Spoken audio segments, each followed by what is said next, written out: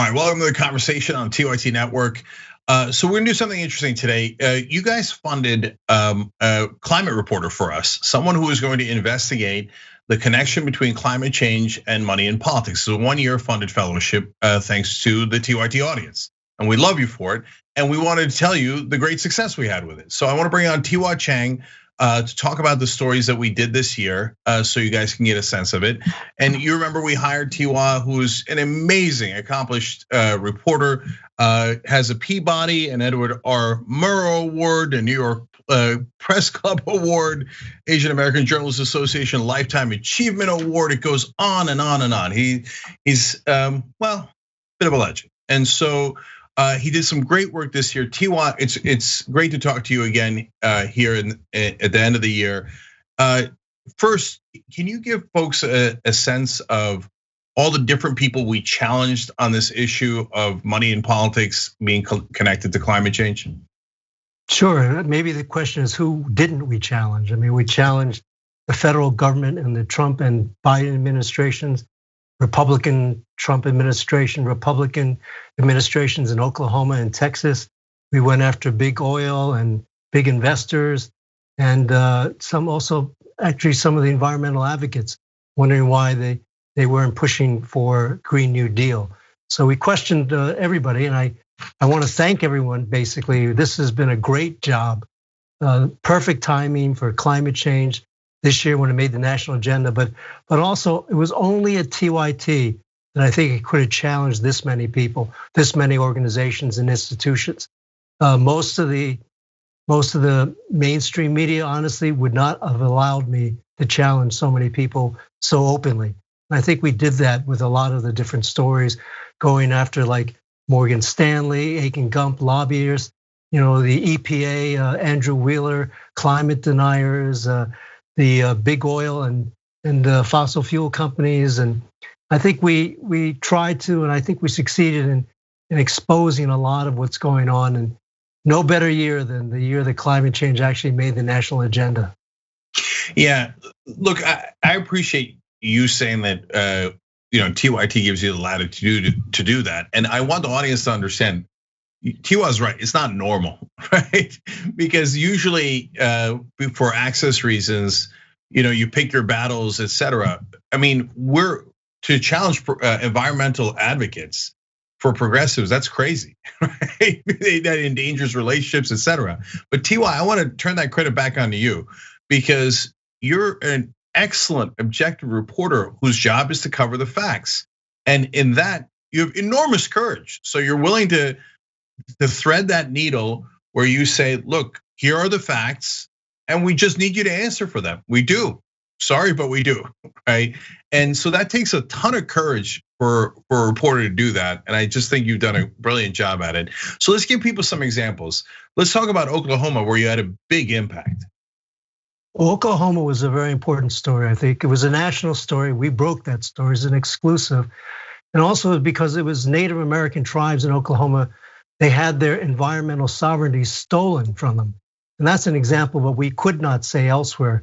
I remember somebody from one of the major networks, I asked him to retweet my story, and he said he couldn't do it because I used the word stolen. But clearly it was.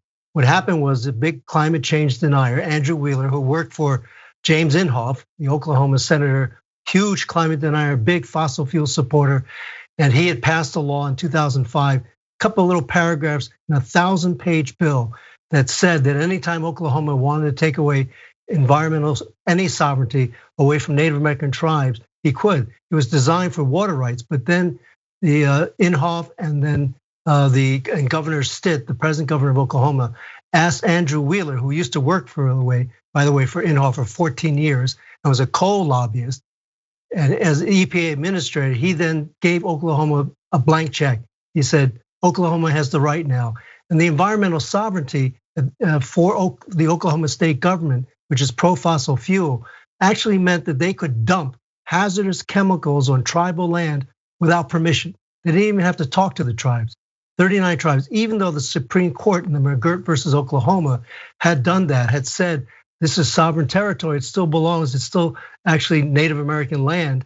And so, but I knew when I heard that, and everybody else dropped it, maybe because they don't really care about Native Americans as much, but I do. I mean, they're my cousins. And I thought to myself, I know from experience that people in power don't give it up easily. And I convinced Jonathan Larson, my supervisor, the EP managing editor, who is, by the way, a great boss. I convinced him, I said, look, I know how power works. They're going to do something. So before anybody else did something, we did 6 stories. And then we broke the story October 5th. And in fact, that Andrew Wheeler had turned over environmental sovereignty to the state of Oklahoma, dumping on the Native American tribes. Everybody else followed it. We had people like Senator Markey comment on it. We had Representative Barragan of California. We had a number of people comment on it, other news organizations. But what was most important is we made them examine something they would not have normally examined. They would have just ignored it. And I think that was something that only TYT could have done. No one else would let me say stole the land, stole their rights.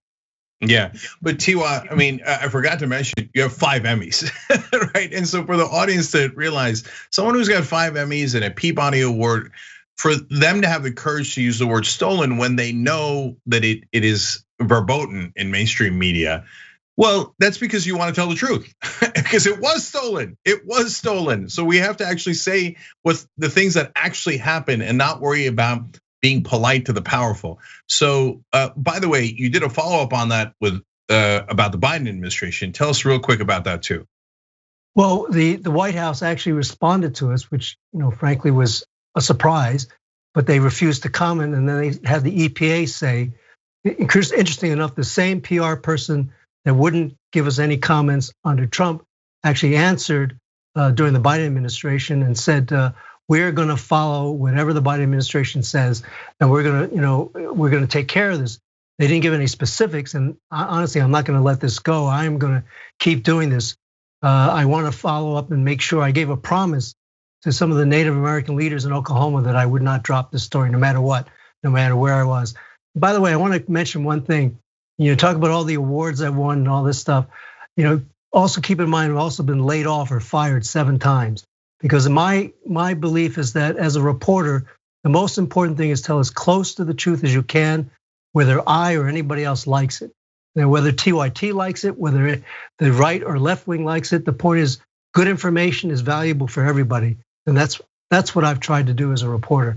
But I had to pay the price a number of times. Yeah, look, it's your life story is an interesting story in and of itself. All right, before we run out of time, there's Texas, there's Morgan Stanley, there's so many stories you worked on. First of all, I want everybody to know, tyt.com, you click on stories and you'll see all the investigative stories. If you click on Ti-Hua's name in particular on one of his stories, you'll get all of his stories. And you can read all of them for yourself, and all please 25. do that. And we'll put the link down below too if you're watching later. One more thing I should say that because of your suggestion about Texas, you called us up and said, you've got to do something on what's happened on the disaster, electricity disaster in Texas. We followed up on that and we pushed this whole point that everybody's focusing on the wrong agencies. They're forgetting about the most important agency. It's misnamed the Texas Railroad Commission. They control natural gas. Natural gas is the top form of energy providing electricity in Texas, and everybody else ignored that. And we focused on that, saying this is the biggest problem. And to this date, it's still not been addressed in Texas.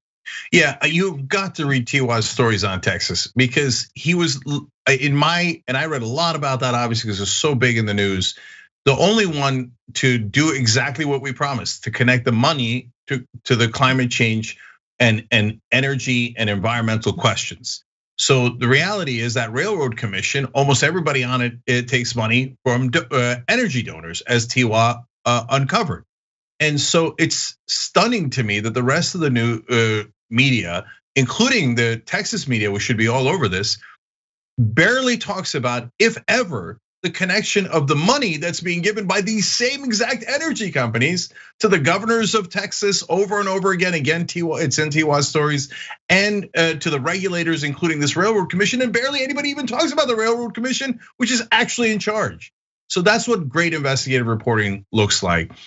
One more time. Again, I want to say thank you to everybody to give me an amazing job this last year. It's really been wonderful. I mean, this is, I was in television for a long time. I did investigative reporting there, but here I got to report more, write more, even though I had less influence and less money. it was still a wonderful reporting job. And I think it was critically important because climate change and the climate crisis is only getting worse and faster than everybody thought of. And it's going to be the #1 thing, especially for our children and grandchildren. 100%. And I love that our audience funds this. I mean, we couldn't have done it otherwise. And look at the wonderful things you guys created. So please make sure you read it too. One last thing before we go, Ti-Hua, Morgan Stanley story, because I don't want people to lose track of that one. That was great too. Well, the Morgan Stanley story, I was able to obtain an internal document that when Morgan Stanley, this big, huge investment firm, had their North American fossil fuel section have a secret meeting with Aiken Gump, which is the biggest lobbyist in Washington, D.C. We actually got audio of that, which Jonathan Larson was able to use too. And then what we were able to show is it's like being a fly on the wall, and you hear how they actually talk about things, how they joke about, oh yeah, we're gonna do this, we're gonna, we can get the government to do this, we're gonna do this. And a lot of the things they said actually came true. So that was an important story because we got to see what they actually talk about when no one else is listening. Yeah, so that was an exclusive too. That absolutely right. So go tyt.com, check stories, and you'll see all of Ti-Hua's stories there. Look, finally, Ti-Hua, it's been a literal honor to work with you. There's a lot of amazing parts of the show. There's a lot of challenging parts of this job, but among the amazing parts is to work with legends like Dan Rather and yourself. And to be able to empower the audience, to empower you to do these great exclusive stories. So thank you for all that you did this year and throughout your entire career. Well, thank you, Cenk, and also thank everybody who funded all that. And by the way, I'm nowhere near Dan Rather's legend.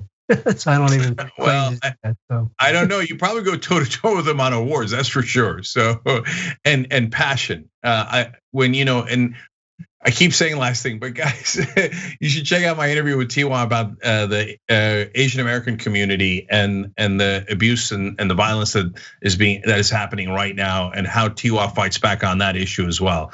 So it's been wonderful working with you. Thank you one more time, Ti-Hua. Thanks for watching The Young Turks, really appreciate it. Another way to show support is through YouTube memberships. You'll get to interact with us more. There's live chat emojis, badges. You've got emojis of me, Anna, John, JR. So those are super fun. But you also get playback of our exclusive member-only shows and specials right after they air. So all of that, all you gotta do is click that join button right underneath the video. Thank you.